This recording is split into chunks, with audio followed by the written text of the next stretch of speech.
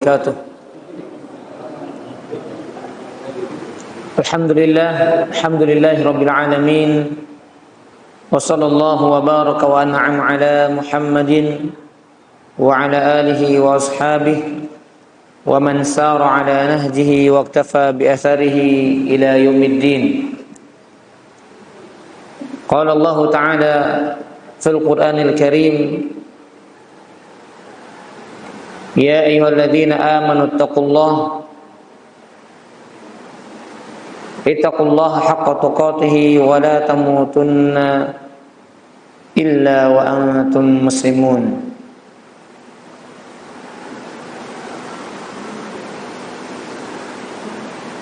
Amma ba'd, para jamaah hadirin, Bapak Ibu yang semoga senantiasa dirahmati Allah Subhanahu wa taala. Alhamdulillah, kita bersyukur kepada Allah Subhanahu wa taala atas limpahan nikmat, terutama nikmat hidayah yang Allah berikan kepada kita. Dan tidak lupa salawat dan salam semoga senantiasa terlimpahkan kepada Nabi kita Muhammad sallallahu alaihi wa ala alihi wasallam. Baik, para jemaah, Bapak Ibu rahimani wa rahimakumullah taala, kita akan melanjutkan kajian kitab Tauhid, buah karya Syekh Muhammad At-Tamimi rahimahullahu ta'ala. Dan pada pagi hari ini kita akan lanjutkan pada pembahasan masail, pokok-pokok pembahasan, ya, pokok-pokok pembahasan yang ada dari pembahasan judul yang pertama. Baik,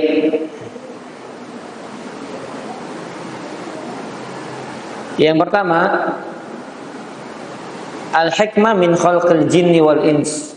Hikmah dari diciptakannya jin dan manusia. Hikmah dari diciptakan jin dan manusia. Apa hikmahnya kemarin?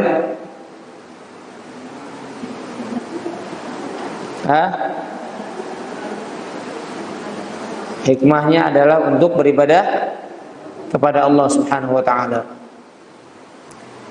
Tidak hanya untuk bersenang-senang, baik dengan makan atau dengan minuman,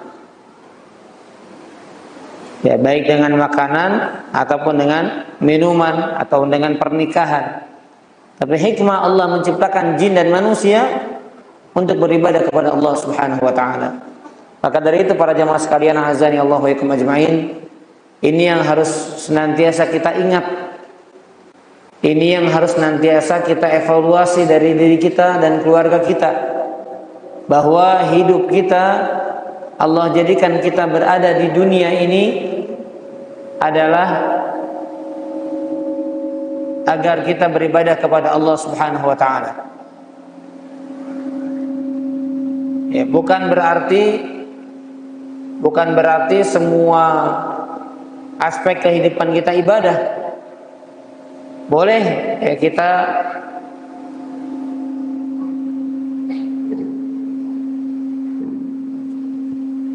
cek.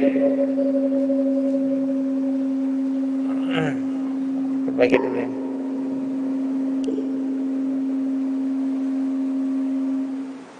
Dekat kayaknya. Dekat kayaknya. Dekat kayaknya. Oh, dekat kayaknya. Ini ya. Iya. Coba sekarang ada enggak? Oh. Cek. Baik. Jadi boleh kita bersenang-senang dengan perkara duniawi, tapi ingat itu bukan tujuan hidup. Ya, orang bekerja refreshing, atau bahasa sekarang healing dan lain sebagainya, boleh, silahkan. Tapi ingat, jangan disibukkan dengan itu, karena itu bukan tujuan hidup kita. Yaitu hanya sekilas dan sementara saja, tetapi hakikatnya dan sesungguhnya kita menyibukkan diri kita dengan ibadah kepada Allah Subhanahu wa taala. Maka manusia terbaik adalah selain daripada ibadah mahdhah yang dia kerjakan, dia pun mengerjakan berbagai macam aktivitas duniawinya bisa diniatkan untuk ibadah. Makan, minum, tidur, jalan-jalan, rihlah bisa diniatkan sebagai nilai yang bisa di dalamnya mendapatkan pahala dari Allah Subhanahu wa taala. Ini kandungan pembahasan yang pertama. Yang kedua, bahwasanya ibadah itu adalah mentauhidkan Allah. Bahwasanya ibadah itu adalah mentauhidkan Allah Subhanahu wa taala. Jadi ibadah itu adalah tauhid, dan tauhid itu adalah ibadah. Maksudnya apa? Maksudnya adalah bahwasanya ibadah itu dibangun di atas pondasi tauhid kepada Allah Subhanahu wa taala. Maka apapun jenis ibadah yang tidak dibangun di atas tauhid, maka itu bukan ibadah. Apapun jenis ibadah yang tidak dibangun di atas tauhid, maka itu bukan ibadah. Makanya para ulama atau sebagian ulama salaf, mereka berkata bahwasanya makna dari firman Allah, "Wa ma khalaqtul jinna wal insa illa liya'budun." Dan tidaklah aku menciptakan jin dan manusia kecuali untuk beribadah kepadaku. Mereka menafsirkan dengan kata illa liwahidun. Jadi artinya tidaklah aku menciptakan jin dan manusia kecuali hanya untuk mentauhidkanku. Jadi boleh begitu Bapak Ibu. Diterjemahkan kecuali untuk beribadah kepadaku, diganti dengan apa? Kecuali, bukan diganti ya, ditafsirkan dengan kalimat kecuali untuk mentauhidkanku. Begitu kalimatnya.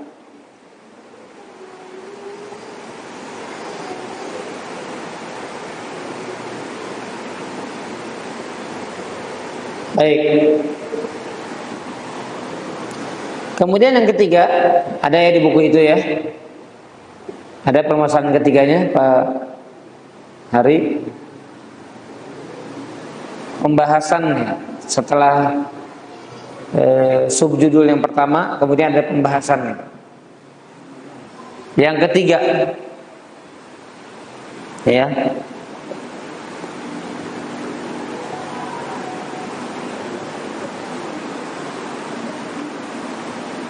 Yang ketiga,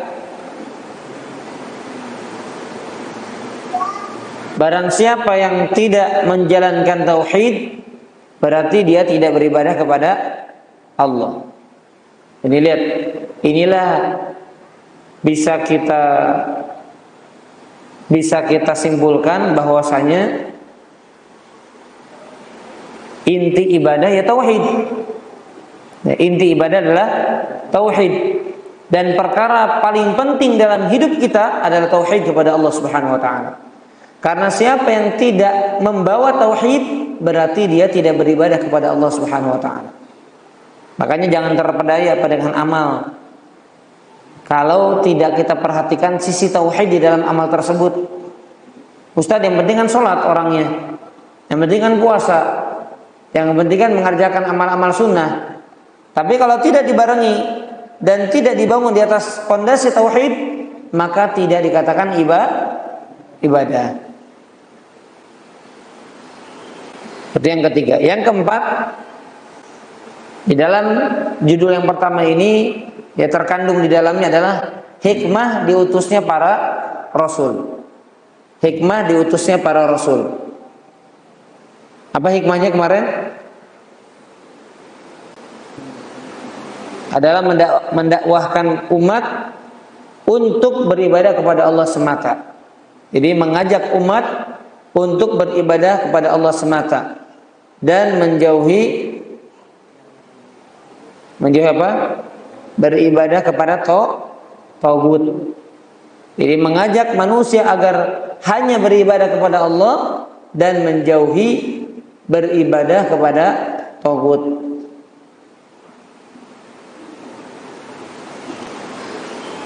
Kemudian yang kelima, bahwasanya risalah itu umum kepada setiap umat. Bahwasanya risalah itu umum kepada setiap umat.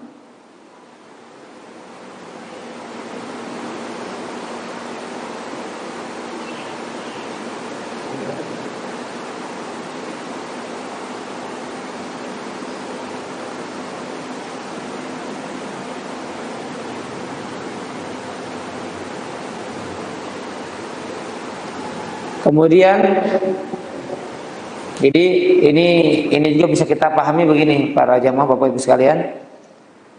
Itulah bedanya antara nabi dengan rasul. Kalau nabi itu hanya kepada kalangannya saja. Itu nabi. Dan memang tidak diturunkan kepadanya kitab. Itu kalau nabi. Ya. Tapi kalau Rasul diturunkan kepadanya kitab. Kemudian kalau Nabi itu yang mengikuti apa? Rasul sebelum yang diutus. Jadi ada Rasul yang diutus. Nah maka Nabi ini tidak diutus kepada umat untuk berdakwah. Melainkan umat itu melihat dia, meniru dia, mencontoh dia, mengambil teladan dari dia, begitu. Beda dengan Rasul yang memang Allah Subhanahu wa taala perintahkan untuk menyampaikan risalah kepada umatnya. Itu perbedaan nabi dengan Rasul. Baik, kemudian yang keenam,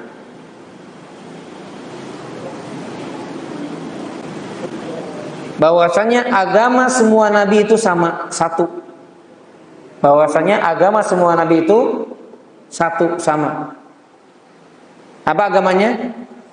Islam. Innad dina indallahil Islam. Sesungguhnya agama satu-satunya yang Allah ridhoi adalah Islam. Jadi jangan anggap Nabi Ibrahim bawa agama, Nabi Musa bawa agama, Nabi Isa punya agama lain dan lain sebagainya. Sekalipun istilahnya berbeda, tapi agamanya dan tujuannya sama. Seperti apa? Ada Yahudi, kemudian ada Yahudi terus Nasrani. Apa? Majusi. Nah, ada Majusi bukan agamanya Nabi, ya. Ada Yahudi, ada Nasrani, itu diantaranya ya. Itu diantaranya. Maka Yahudi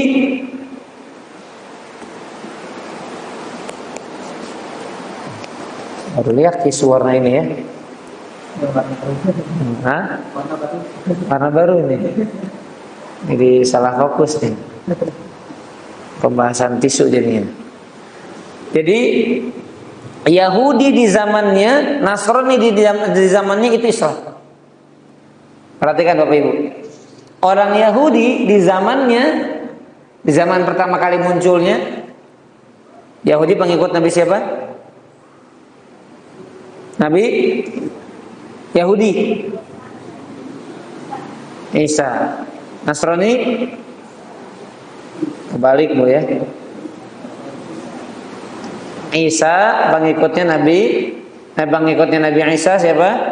Nasrani. Pengikutnya Nabi Musa Yahudi, ya. Nah itu di zamannya ketika mereka mengikuti Nabi Musa, ketika mereka mengikuti Nabi Isa, mereka dikatakan kaum muslimin. Mereka juga dikatakan adalah beragamakan Islam. Maka kemudian mereka dikatakan kafir. Dikatakan bukan orang Islam adalah ketika diutusnya Nabi Muhammad sallallahu alaihi wasallam. Kenapa? Karena tidak lagi berlaku semua ajaran semenjak diutusnya Nabi sallallahu alaihi wasallam, kecuali hanya ajaran yang dibawa oleh beliau. Paham ya? Jadi ingat, orang Yahudi masuk surga kalau orang Yahudi pengikut Nabi Musa dan di zamannya. Ketika mereka belum mengubah syariat Allah. Agama Nasrani masuk surga juga. Adalah pengikut Nabi Isa ketika belum diubah apa yang ada di dalam kitab Injil. Ya belum diubah. Nabi Musa turunkan kepadanya kitab Taurat. Demikian pula dengan umatnya Nabi Daud yang diturunkan kepadanya Zabur. Nah, mereka semuanya kaum muslimin. Tapi semenjak diutusnya Nabi Muhammad SAW, maka tidak ada syariat yang boleh dikerjakan kecuali syariat yang dibawa oleh beliau. Maka siapa yang tidak mengikuti syariat beliau dikatakan kafir. Ya. Apa arti kafir itu? Kafaro dari kata arti tertutup, karena mereka tertutup dari mengikuti kebenaran. Ya, harusnya mereka ikut kebenaran, mereka menutup diri untuk tidak mengikuti kebenaran tersebut. Jadi semua agama Nabi itu sama satu, yaitu Islam. Nabi Musa membawa Islam, Nabi Isa membawa Islam, Zabur, Nabi Daud, Nabi Ibrahim dan lain sebagainya membawa agama Islam. Yang ketujuh,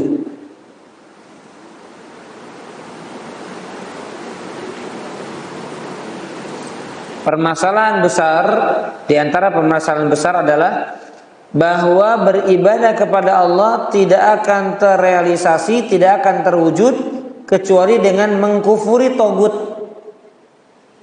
Ibadah kepada Allah tidak akan terrealisasi kecuali dengan mengkufuri tagut. Paham maksudnya? Paham maksudnya? Hah? Maksudnya paham? Jadi nggak cukup Bapak Ibu kita mengatakan saya yang penting hanya beribadah kepada Allah. Enggak. Karena harus dua sisi yang kemarin kita katakan. Harus ada penetapan illallahnya, harus ada juga apa? Penolakan, pengkufuran, peniadaan itu apa? La ilahanya. Dan ini disebut dengan apa? Disebut dengan at-takhliyah qabla tahliyah. Dicatat Bapak Ibu itu ya. Itu istilahnya. At-takhliyah pakai kha, at-takhliyah qabla tahliyah. Atau boleh dicatat artinya saja ya. Pengosongan sebelum pengisian. Pengosongan sebelum pengisian. Jadi Bapak Ibu, kalau kita tahu tangki bensin kita sudah kotor, sudah karatan, sudah banyak sampah, air dan lain sebagainya, maka nggak mungkin orang yang berakal itu langsung isi bensin. Betul nggak? Betul nggak? Langsung isi bensin mungkin nggak? Nggak. Tapi yang ada bagaimana? Dikosongkan dulu. Nggak langsung diisi bensin. Kosongkan dulu dari karatnya, dari sampahnya, dari airnya. Karena kalau kecampur rusak. Nah begitu pula dengan ibadah Pak. Kosongkan dulu hati kita dari kebergantungan kepada selain Allah, dari tujuan selain Allah, dari berharap kepada selain Allah, dari cinta kepada selain Allah, dikosongkan dulu. Kemudian diisi dengan apa? Hanya ibadah kepada Allah. Jadi dua. Nggak bisa kita katakan yang penting ibadah kepada Allah saja, enggak. Tapi harus juga dengan apa? Mengkufuri tagut, mengkufuri semua sembahan-sembahan yang disembah selain Allah. Apa di antara dalilnya Bapak Ibu sekalian? Surah Al-Baqarah ayat 256. La ikraha fid din, qad tabayyana ar-rusydu minal ghayy. Perhatikan kalimat berikutnya. Faman yakfur bit tagut wa yu'min billah. Barang siapa yang mengkufuri togut dan beriman kepada Allah. Jadi nggak cukup hanya sekedar yang penting beriman kepada Allah, enggak. Dia harus fama yakfur bitogut, dia harus mengkufuri togut, wa yu'min billah, dan dia harus beriman kepada Allah. Nah, ini berarti apa? Mengkosongkan diri dari peribadatan kepada selain Allah dan mengisi diri hanya dengan beribadah kepada Allah. Jadi nggak cukup orang, oh saya nggak mau nyembah apa-apa, nggak cukup. Atau saya nyembah Allah saja, nggak cukup. Dia nggak nyembah siapa-siapa dan hanya beribadah kepada Allah. Dia hanya beribadah kepada Allah dan dia menolak peribadatan lain kepada selain Allah. Ya, begitu pemahamannya dan penjelasannya. Baik. Kemudian yang ke-8, bahwasanya togut itu umum pada setiap yang diibadahi selain Allah. Togut itu umum, maknanya umum, yaitu apa? Segala sesuatu yang diibadahi selain Allah.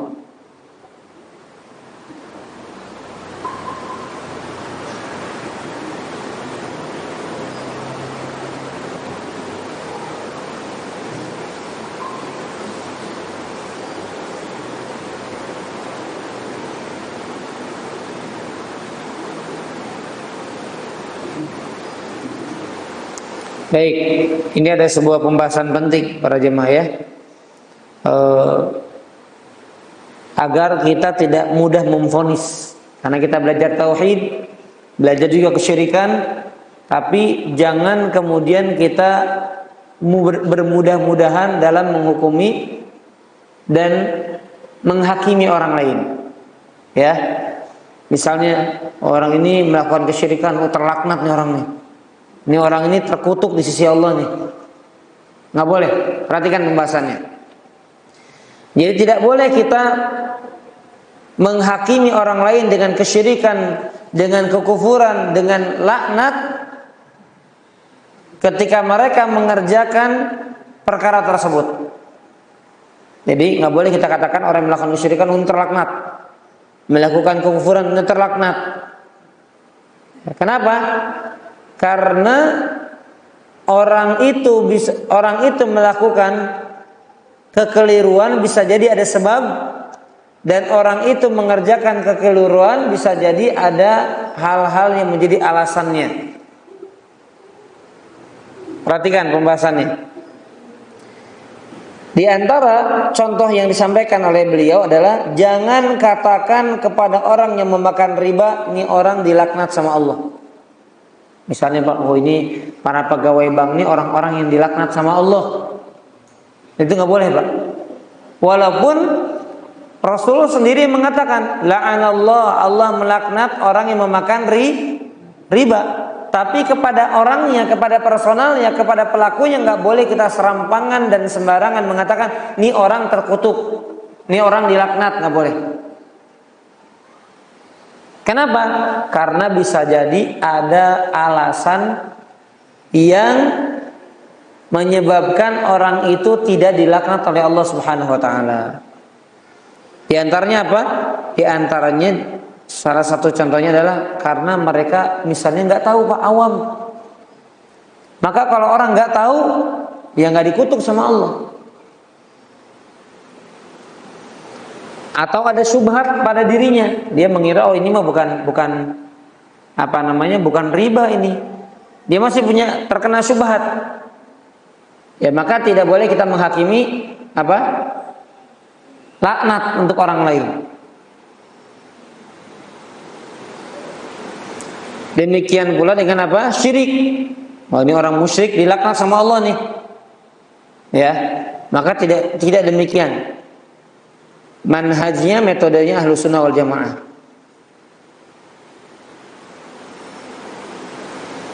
Jadi intinya para jemaah sekalian, dalam menghukumi dan menghakimi personal tidak sembarangan. Beda dengan perbuatan yang secara umum sifatnya. Misalnya Bapak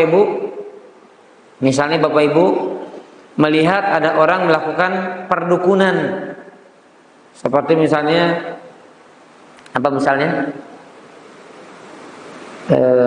ramalan-ramalan, maka kita katakan ini perbuatan syirik. Atau misalnya di tengah masyarakat, ini khurafat, ini kesyirikan, boleh. Kalau kita sebutkan dengan sifat, dengan perbuatan umum, boleh. Tapi kepada personalnya, ini orang musyrik yang dikutuk sama Allah nih. Mau lihat nggak orang yang dikutuk sama Allah? Melihat nih muka-mukanya nih, misalnya. Nggak boleh itu. Kalau secara personal, secara individu nggak boleh. Karena kenapa? Karena bisa jadi ada sebab yang menyebabkan dia mengerjakan itu, atau ada penghalang yang menghalangi orang tersebut dihakimi, divonis. Begitu para jemaah sekalian.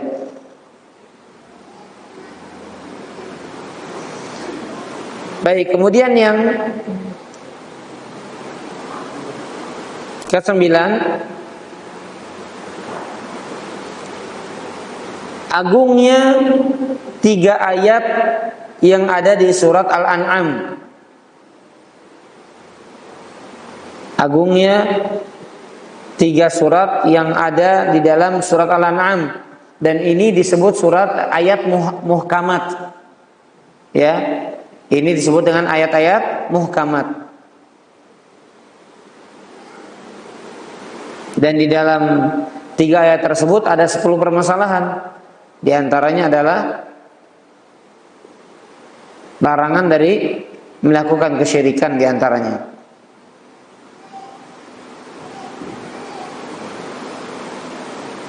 Baik, yang ke-10, apa yang ke-10?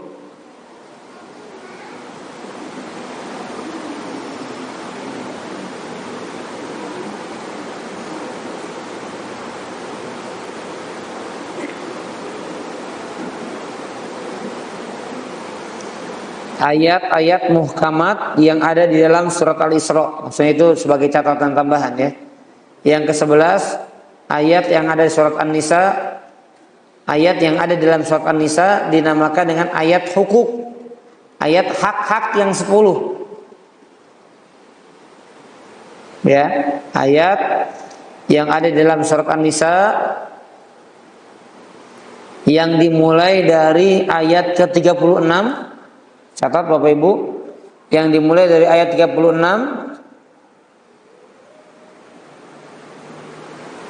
itu disebut dengan ayat hak yang 10. Jadi kalau kita ingin mengetahui hak yang 10, silakan dibuka surat An-Nisa dari mulai ayat yang ke-36.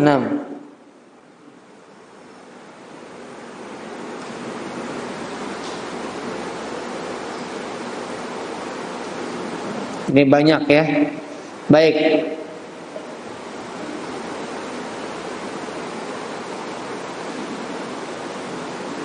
Untuk sisanya barangkali saya bacakan saja ya inti poinnya. Tadi keberapa tadi? 10 ya. Oh 11. Yang ke-12 apa? Mungkin bisa dibacakan. Ya, nanti biar bisa dijelaskan. Yang ke-12, perlu diingat wasiat Rasulullah SAW di saat akhir hayat beliau. Nah, apa wasiat beliau? Di antara wasiat beliau apa? Bagaimana perkataan Ibnu Mas'ud ya?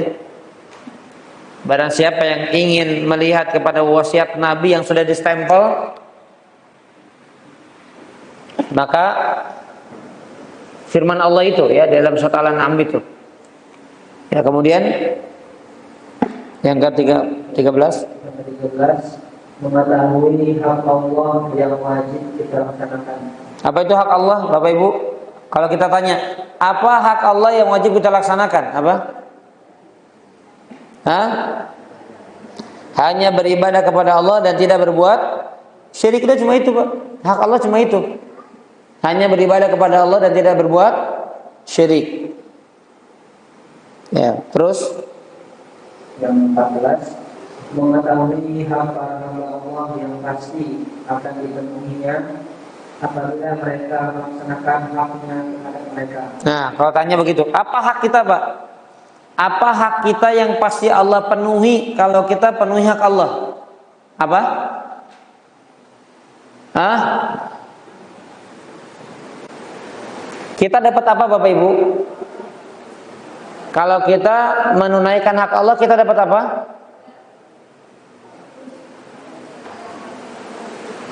Apa Bapak Ibu? Bunyi hadisnya gimana? Alla yu'adzibahum. Allah tidak akan mengadab siapa yang tidak menyekutukannya. Itu hak kita, Pak.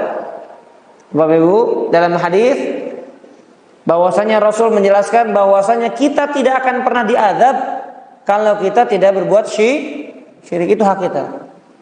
Ya bicara surga ya pasti, tapi kita fokus pada bunyi hadisnya. Apa hak Allah? Diibadahi, tidak berbuat syirik. Apa hak kita? Kita tidak akan disiksa. Ya kalau nggak disiksa, di mana lagi tempatnya Pak? Ya di surga. Cuma kalimatnya bukan kita masuk surga, enggak, tapi kita tidak akan disiksa. Karena kalau orang masuk surga bisa jadi disiksa dulu. Tapi kalau orang tidak berbuat syirik, maka jaminan dari Allah dia tidak akan disiksa. Itu hak Allah. Itu hak kita yang akan dipenuhi oleh Allah. Tidak akan disiksa siapa yang tidak menyekutukan Allah. Ya, baik. Yang ke-15, bahwa masalah ini tidak diketahui oleh sebagian besar sahabat. Iya, karena Nabi mengatakan, mewasiatkan jangan kabarkan kepada seorang pun, kan begitu. Karena khawatir kalau dikabarkan nanti orang itu bersandar kepada apa? Kepada hadis ini. Nggak apa-apa maksiat, yang penting jangan syirik, kan begitu. Ya, nggak apa-apa melakukan riba, yang penting jangan syirik. Makanya Nabi mengabarkan, jangan kamu kabarkan ini kepada banyak orang. Nanti mereka berdalil dengan hadis ini, sehingga mereka melakukan dosa. Begitu. Terus Yang ke-16, boleh merahasiakan ilmu pengetahuan masalah ini untuk maslahat. Nah, jadi tidak selalu menyembunyikan ilmu itu dosa. Jadi Bapak Ibu, hukum asal menyembunyikan ilmu dosa. Tapi diperbolehkan kalau ada maslahat, misalnya ke tengah orang awam Bapak Ibu. Ya, misalnya ditanya, ini gimana hukumnya? Bukan kita menyembunyikan, tapi kita ingin mengajarkan dia secara bertahap. Misalnya kepada orang mu'alaf, kalau kita langsung haram, nggak jadi deh Pak masuk Islamnya, ampun, angkat tangan aja deh. Ya Pak ya, misalnya Pak ya. Maka apa? Maka kita boleh menyembunyikan ilmu kalau ada maslahat di sana. Baik. Terus Yang ke-17, dianjurkan untuk menyampaikan kepada sesama muslim suatu berita yang menggembirakannya. Nah ini di antara sedekah Bapak Ibu. Ketika kita menyampaikan kabar gembira bagi setiap muslim. Ya, ini di antara amal ibadah yang mungkin kita anggap sepele. Menghadirkan kebahagiaan kepada setiap muslim atau kepada seorang muslim. Ya terus Yang ke-18, Rasulullah SAW merasa khawatir terhadap sikap menyandarkan diri kepada keluasan rahmat Allah. gimana? Rasulullah SAW merasa khawatir terhadap sikap menyandarkan diri kepada keluasan rahmat Allah. Paham maksudnya? Jadi nggak boleh Bapak Ibu kita bersandar kepada luasnya rahmat Allah, nggak boleh. Maksudnya bagaimana? Jadi jangan sampai kita mengatakan Allah maha luas rahmatnya, tapi diiringi dengan pernyataan tersebut kita melakukan banyak dosa. Nggak apa-apa, pasti Allah ampuni kok. Itu salah. Jadi nggak boleh. Salah ketika seorang itu meyakini luasnya rahmat Allah tapi diiringi dengan dosa dan maksiat. Enggak. Yang meyakini luasnya rahmat Allah berarti dia bersegera dalam taubat. berarti dia bersegera melangkah menuju Allah, berarti dia bersegera meninggalkan maksiat. Karena barang siapa yang mengatakan rahmat Allah itu luas, tapi dia masih melakukan dosa, masih melakukan maksiat, maka dia bersandar kepada rahmat Allah dengan cara yang tidak benar. Bisa dipahami? Ya. Baik. Terus Yang 19, jawaban yang bisa dilakukan bagi orang yang ditanya, sedangkan dia tidak tahu adalah Allah wa Rasuluhu a'lam. Allah dan Rasulnya lebih mengetahui. ya. Jadi kalau kita nggak tahu, jawab aja Allah dan Rasul lebih tahu. Tapi ini Bapak Ibu perhatikan, kata Allah dan Rasulnya lebih tahu itu berlaku kalau untuk pertanyaan syariat. Perhatikan Bapak Ibu, pernyataan Allah wa Rasuluhu a'lam itu diungkapkan kalau kita ditanya tentang syariat. Ini hukum ini apa? Allah dan Rasul lebih tahu. Tapi kalau ditanya tentang nasib hari esok, nanti hujan atau tidak, maka cukup Allahu a'lam tanpa tambahan Rasul. Paham? Bapak-bapak paham? Ibu-ibu paham? Ibu-ibu paham ya? Besok kira-kira hujan nggak ya? Allah dan Rasulnya lebih tahu. Nggak boleh Rasul nggak tahu. Ya jangan Allah wa Rasuluhu a'lam, nggak boleh. Kira-kira usaha saya sukses saya nggak ya? Allah dan Allah wa Rasuluhu a'lam, nggak boleh. Karena bukan berkaitan dengan syariat tapi dengan nasib masa depan. Maka yang tahu cuma siapa? Cuma Allah. Rasul tahu atau tidak? Tidak tahu. Ya. Baik, terus Yang ke-20, boleh menyampaikan ilmu kepada orang-orang tertentu tanpa yang lain. nah ini ya. Makanya Bapak Ibu, dakwah itu perlu yang dinamakan dengan hikmah. Hikmah itu menempatkan sesuatu pada tempatnya.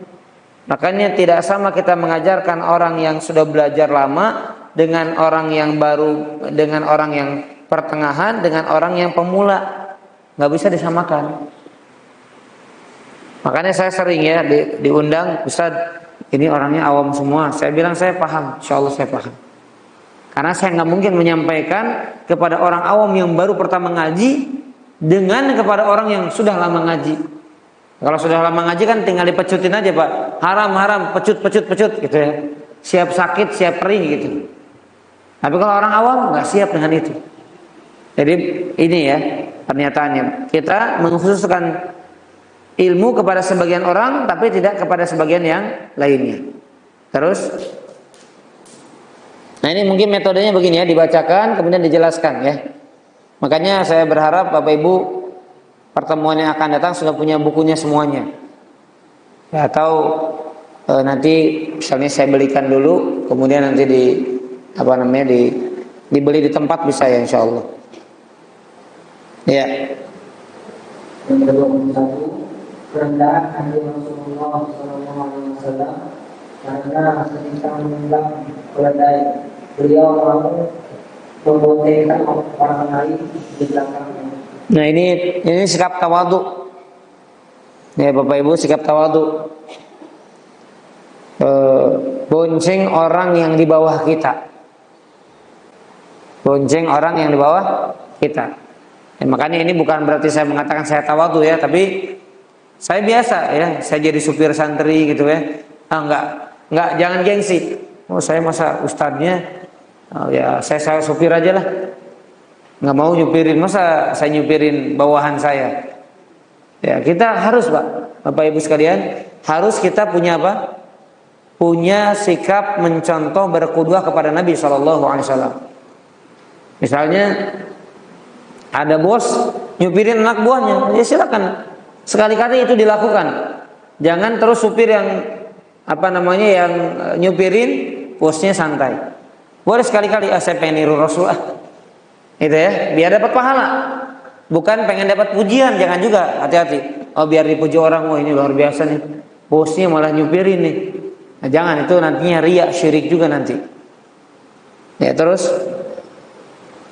Yang ke-22, boleh memboncengkan seseorang di atas binatang jika binatang itu kuat. Ya.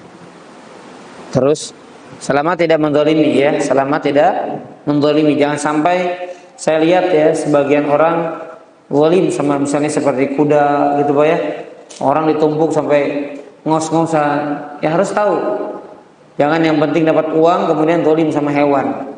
Ya terutama ini hewan-hewan tunggangan. Yang ke-23, keutamaan Mu'adz bin Jabal. Keutamaan Mu'adz bin Jabal. Ya. Sampai-sampai Mu'adz bin Jabal itu disebutkan oleh di dalam tarikh, beliau itu termasuk orang terdepan nanti di surga Allah, khususnya di depan para pemuda.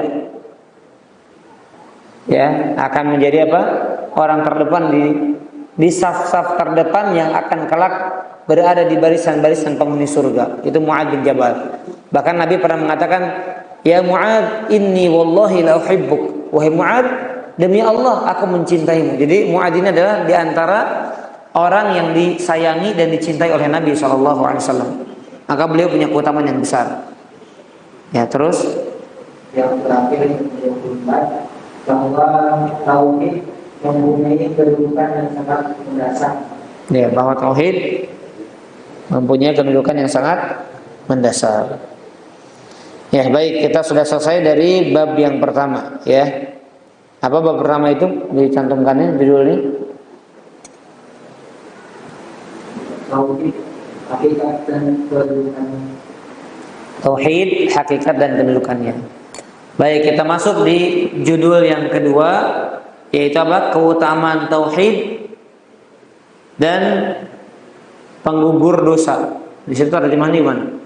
Keistimewaan tauhid dan dosa-dosa yang diampuni karena. Ya, itu judulnya ya yang akan kita bahas. Masya Allah, kita akan dengarkan ayat-ayat yang dicantumkan oleh penulis buku dan hadis-hadis yang berkaitan dengan apa keutamaan tauhid. Yang mana dengan kita mengetahui keutamaan sesuatu, maka kita bersemangat untuk mengamalkannya. Coba Bapak Ibu, kenapa nanti di tanggal 9 Zulhijjah kita bersemangat puasa? Kenapa? Karena ada keutamaannya. Betul nggak Pak? Hanya dengan sekian jam, mungkin hitungannya anggaplah 12 jam, 13 jam misalnya, atau 12 jam, hanya dengan 12 jam tapi ribuan jam dosa kita diampuni. Betul nggak Pak? Betul atau tidak? Itulah yang membuat kita bersemangat mengamalkannya. Ya, nah maka Syekh di sini akan menyampaikan apa keutamaan tauhid dan dosa apa yang akan diampuni dengan sebab tauhid. Yang mana kalau kita mengetahuinya, kita akan bersemangat menjadi ahli tauhid. Kita akan bersemangat untuk menjauhi syirik sejauh-jauhnya. Ini ya, dengan kita mengetahui keutamaan sesuatu, kita akan berlomba, kita akan bersemangat, kita akan berjuang mengamalkan yang punya keutamaan tersebut, yang punya keistimewaan tersebut. Ya, silakan dibacakan. Firman Allah Subhanahu wa ta'ala, الذين آمنوا ولم يلبسوا إيمانهم بظلم أولئك لهم الأمن وهم مهتدون. Orang-orang beriman yang tidak mencampur adukan iman mereka dengan kezaliman atau syirik, mereka itulah orang-orang yang mendapatkan keamanan, dan mereka itu adalah orang-orang yang mendapat petunjuk. Al-An'am ayat 42. Ya. Ini ayat pertama yang dicantumkan tentang keutamaan tauhid. Allah berfirman, orang-orang yang beriman dan tidak mencampur adukan keimanan mereka dengan apa? Bizulmin. Kalau secara terjemahan tanpa tanda kurung, itu artinya apa? Orang yang beriman yang tidak mencampurkan keimanan mereka dengan kezaliman. maka bagi mereka keamanan, ulaika lahumul amnu wa hum muhtadun, dan mereka adalah orang-orang yang mendapatkan petunjuk. Sebetulnya para jamaah sekalian, azan ya Allah ikum ajma'in, ketika ayat ini dibacakan oleh Rasulullah SAW, maka para sahabat sebagian mereka bimbang, sebagian mereka bertanya-tanya, wahai Rasulullah, ayyuna lam yadhlim nafsahu. Perhatikan Bapak Ibu, ketika ayat ini dibacakan di hadapan para sahabat, maka para sahabat bertanya, wahai Rasulullah, siapa di antara kita yang nggak pernah menzalimi dirinya sendiri? Ada nggak Bapak Ibu? Ada nggak Pak? Orang yang nggak pernah zalim sama dirinya sendiri, ada atau tidak? Ada atau tidak? Nggak ada. Karena Rasul mengatakan kullu bani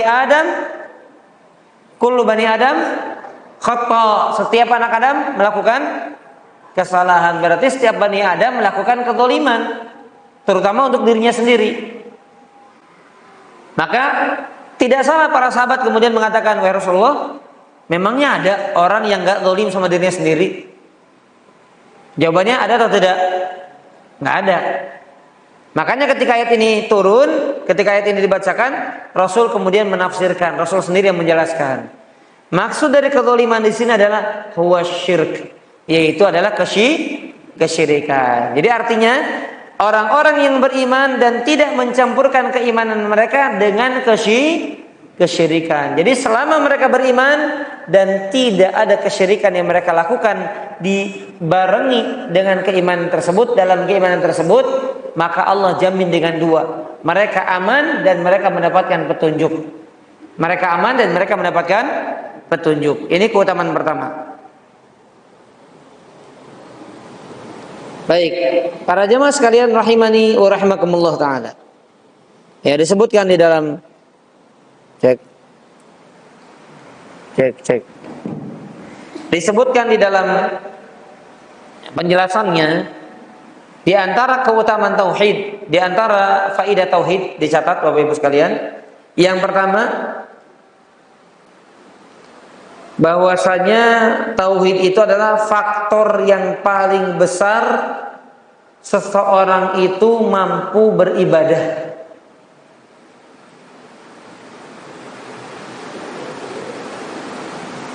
Bapak Ibu, tauhid itu adalah faktor pendorong yang paling utama seseorang melakukan ibadah. Coba dirasakan Bapak Ibu. Kalau orang itu tidak bertauhid, maka dia juga mungkin ibadah, tapi ibadah yang dia kerjakan adalah ibadah yang terlihat oleh mata manusia. Betul nggak Bapak Ibu? Karena ibadahnya ingin dilihat oleh manusia. Ketika dia bersendirian, maka dia tidak mengerjakan ibadah. Kenapa? Tidak ada tauhid dalam dirinya. Berbeda dengan orang yang bertauhid kepada Allah. Karena yang diharapkan Allah adalah Allah. Yang diharapkan bukan manusia, yang diharapkan bukan pujian, yang diharapkan bukan jabatan, yang diharapkan bukan uang, yang diharapkan bukan ketenaran. Maka ketika dia bersendirian, maka ketika mereka dalam keadaan tidak disaksikan, dalam keadaan tidak dilihat, yang diharapkan Allah, maka itulah yang menjadi faktor pendorong dia melakukan ibadah. Betul atau tidak? Dia mau zikir, dia mau baca Quran sekalipun gak ada orang yang lihat, dia mau salat sunnah bersembunyi. Kenapa? Yang dia cari, yang dia incar, yang diharapkan siapa? Allah. Coba kalau gak ada tauhid, mungkin gak melakukan itu Pak? Gak mungkin.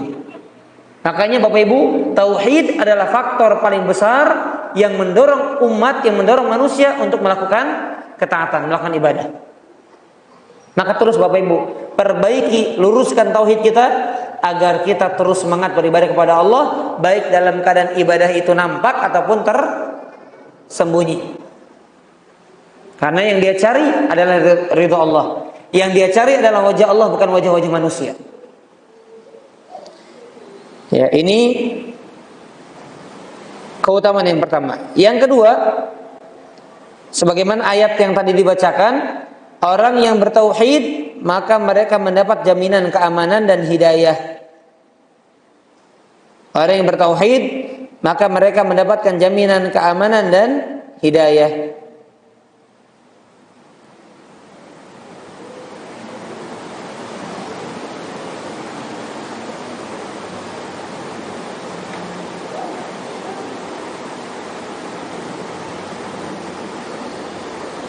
Jadi ini diantara faidah tauhid dari ayat yang tadi disampaikan. Baik, berbicara ayat ini tadi karena disampaikan dalam ayat tersebut ada kalimat zulm, zalim. Orang-orang yang beriman yang tidak mencampurkan keimanan mereka dengan kezaliman, nah maka zalim ini ada 3 Bapak Ibu. Zalim itu ada 3. Yang pertama, kezaliman yang paling besar itu apa? Syirik. Yang pertama, kezaliman yang paling besar itu zalim kepada Allah dengan berbuat syirik. Yang kedua, zalim kepada diri sendiri. Zalim kepada diri sendiri, diri sendiri. Itu apa? Dengan melakukan maksiat dan dosa. Yang ketiga, zalim kepada orang lain. Zalim kepada orang lain atau orang selain kita.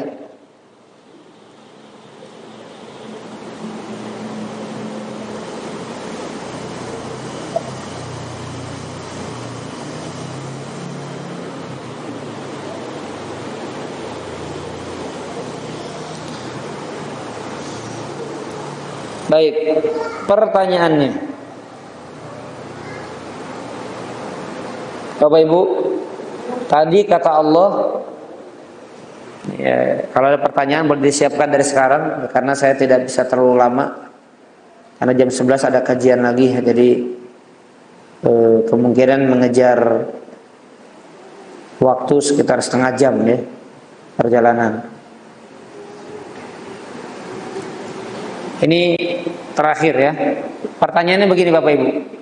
Apakah orang yang bertauhid kepada Allah tidak melakukan syirik itu mendapatkan jaminan keamanan sempurna atau tidak? Apa jawabannya? Apakah jaminan keamanannya sempurna atau tidak? Kan ada orang gini Pak, kamu saya jamin aman, tapi ternyata ada sedikit gangguan, ujian, mungkin Pak ya, tapi ini 100% kamu aman, udah gak ada apa-apa. Nah maka orang yang bertauhid dan tidak berbuat syirik 100% dijamin aman atau tidak? Hah? Dijamin. Tapi dia melakukan dosa lain Pak selain syirik, aman gak? Oh, berubah lagi Pak ya. Jadi begini Bapak Ibu, orang yang dijamin keamanan sempurna adalah orang yang tidak ada kemaksiatan sedikit pun bersama imannya. Itu sempurna, mutlak keamanannya. Tapi orang yang dia orang yang bertauhid kepada Allah, tidak berbuat syirik, tapi masih melakukan dosa seperti dosa-dosa besar, maka mereka pun mendapatkan jaminan dari Allah tapi tidak sempurna. Apa jaminannya? Dijamin tidak kekal di dalam neraka. Mereka dapat keamanan. Aman kamu dari apa? Kekekalan dalam neraka. Artinya kamu nggak akan kekal dalam neraka sekalipun kamu masuk dulu dalam neraka. Paham ya? Selama bertauhid kepada Allah dan tidak berbuat syirik, Allah tetap menjamin keamanan bagi dia.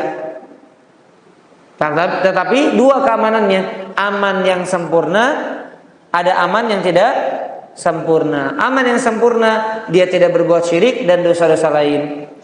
Aman yang tidak sempurna, dia tidak berbuat syirik tapi masih melakukan dosa lain. Nggak tahu nih mau pengajian atau enggak. Kalau pengajian pas mau tutup nih. Ya Pak, nggak apa-apa Pak ya.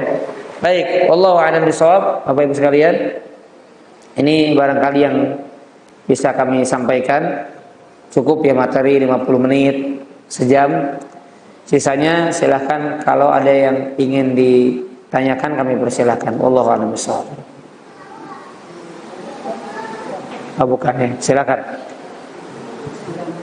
Oh, air minum datangnya. Waalaikumsalam warahmatullahi wabarakatuh.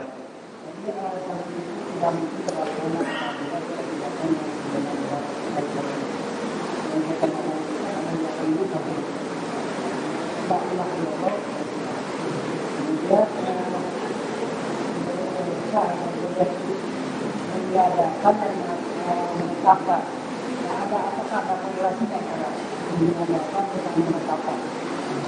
Ya, pertanyaannya apakah ada korelasi antara meniadakan dan menetapkan? Iya, jelas. Orang yang menetapkan berarti dia harus menolak yang lain. Orang yang menolak berarti harus menetapkan. Betul nggak Pak? Misalnya begini Pak, maaf Pak, contohnya Pak. Perhatikan Bapak Ibu. Perhatikan Bapak Ibu. Ini istri saya, berarti dia menolak wanita-wanita lain bukan istrinya. Betul nggak Pak? Kalau dia menolak wanita-wanita yang bukan istrinya, berarti siapa istrinya? Nah, itu korelasinya antara yang menetapkan dengan meniadakan. Maka orang yang menetapkan bahwasanya Allah adalah Rabb satu-satunya yang dia sembah, dia harus menolak Tuhan-Tuhan lain. Orang yang menolak Tuhan-Tuhan lain, dia harus menetapkan siapa Tuhannya. Begitu. Ya makanya itu menjadi dua rukun yang tidak terpisahkan. Ya, dua rukun tidak terpisah, nggak bisa menjalankan salah satu dari keduanya, nggak bisa. Baik yang menetapkan, baik yang menolak, nggak bisa. Wallahu a'lam bishawab.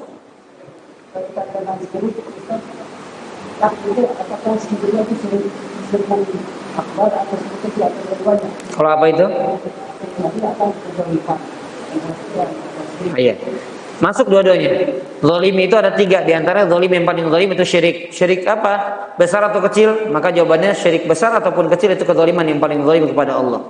Baik syirik besar atau syirik kecil. Walaupun ada perbedaan. Kalau syirik besar menjadikan orang itu kekal di neraka selama-lamanya. Kalau syirik kecil tidak menjadikan dia kekal selama-lamanya di dalam neraka. Dan juga tidak menjadikan dia keluar dari keislaman. Kalau syirik besar keluar dari Islam. Itu di antara perbedaan yang nanti kita akan jelaskan secara rinci insyaallah.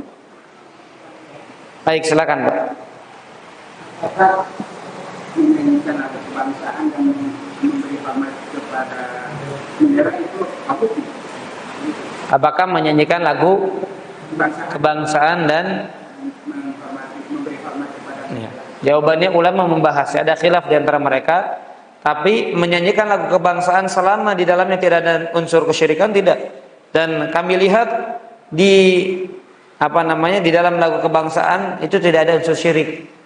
Wallahu a'lam sejauh yang saya ketahui. Ya. Kemudian adapun hormat bendera itu ada khilaf di antara para ulama. Ada yang mengatakan boleh, ada yang mengatakan tidak. Tapi intinya dia bukan berarti hormat dalam rangka ibadah. Ya, tapi hormat dalam rangka ya kayak kita menghormati orang tua. Ibadah kepada orang tua atau bukan? Bukan. Itu sebagian ulama demikian menyatakannya. Wallahu a'lam bishawab.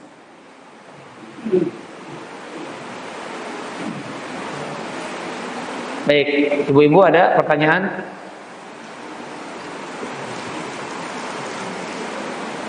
Baik, tidak ada ya. Saya mohon maaf ini karena hari ini bentrok dengan kajian di salah satu perusahaan, jadi harus perjalanan.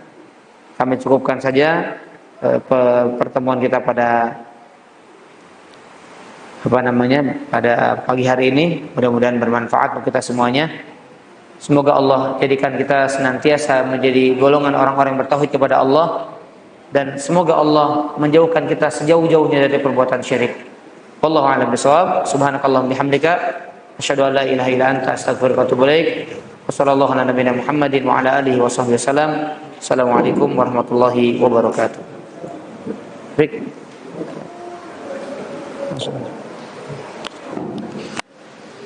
Pekan depan libur Pak ya? Cek.